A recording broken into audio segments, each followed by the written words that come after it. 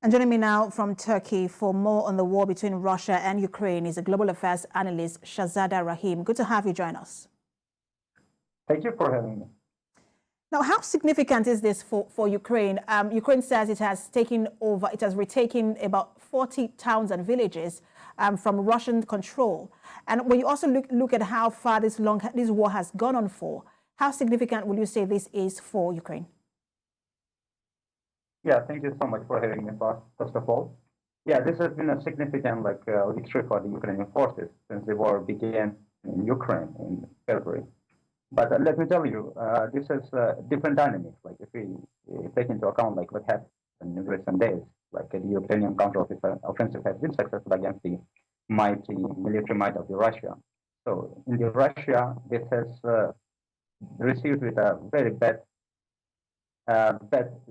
news. Like the Russian officials are saying how this happened, and there have been various reports like the military command of the Russian forces have fired the commander of the Western forces, but it has been not yet confirmed by the Russian sources. But the Western media is still speculating that the Western commander has been fired just because of the loss of the Russian forces on the Western front.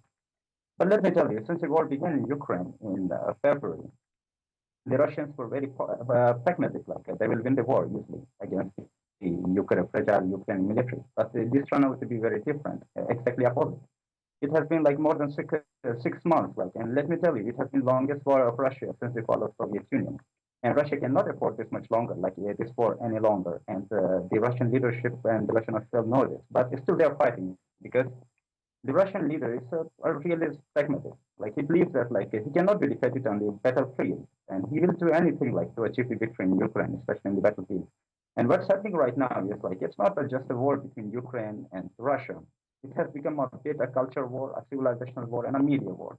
Though on the media sphere, information sphere, the West is winning in terms of Ukraine. But let me tell you, when it comes to the logistics, hybrid warfare, Russia is far more powerful. And recently we have seen when these 20 towns were liberated by the Ukrainian forces in the recent counter-offensive, what Russia did is they targeted the critical infrastructure in Ukraine. And let me just quickly jump in, Rahim. I just want to state that I can hear you, but there is a slight distortion to your audio. I don't know if the volume of your device is a bit too high. I don't know what it is, but there's just a slight distortion there. But I can hear you, and we'll just go on. I hope that viewers can hear you as well.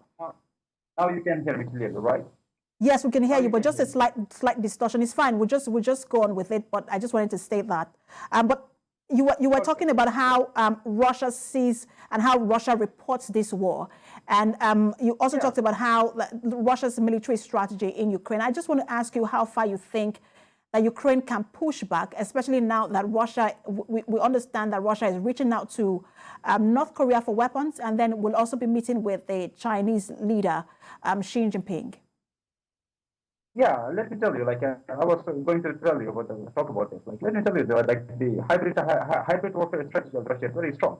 And we have seen recently what happened. They targeted the critical infrastructure in Ukraine, and it has wiped out, it blacked out electricity and gas, across major regions of Ukraine, including the newly liberated towns in the Kharkiv region and plus in most of the Donbas region. So this sent out the clear signal to the Ukrainian regime that, Russia is not going to back down. Russia has multiple layers of military strategy in order to counter the Ukrainian advancement in the eastern part of the Ukraine. But let me tell you, if this has been the recent victory, but Russia is not going to back down. And what's happening right now? This has been a critical time for Russia too. In the coming weeks, the Russian president is going to meet with Xi Jinping, the president of China. So this victory of the Ukrainian forces has sent a very bad news to the Kremlin, and Kremlin knows about this. If this continues, and this will become difficult for Russia to maintain the peace and security within Russia, because the people will get angry, and there have been multiple blocks within Russia, which are seeing some people are saying that this force has created an economic devastation in Russia, and it will have a very bad impact on the Russian economy if this war continues longer.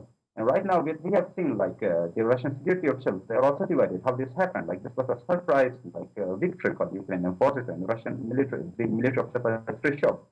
And we have seen recent comments from the Ramazan Kadyrov, one of the strong men and strong Putin's ally, the leader of the Chechnya, who criticized the Russian military leadership for backing down in the eastern part, like for the victory of the Ukrainian forces in the eastern part of Ukraine. So this is getting very critical.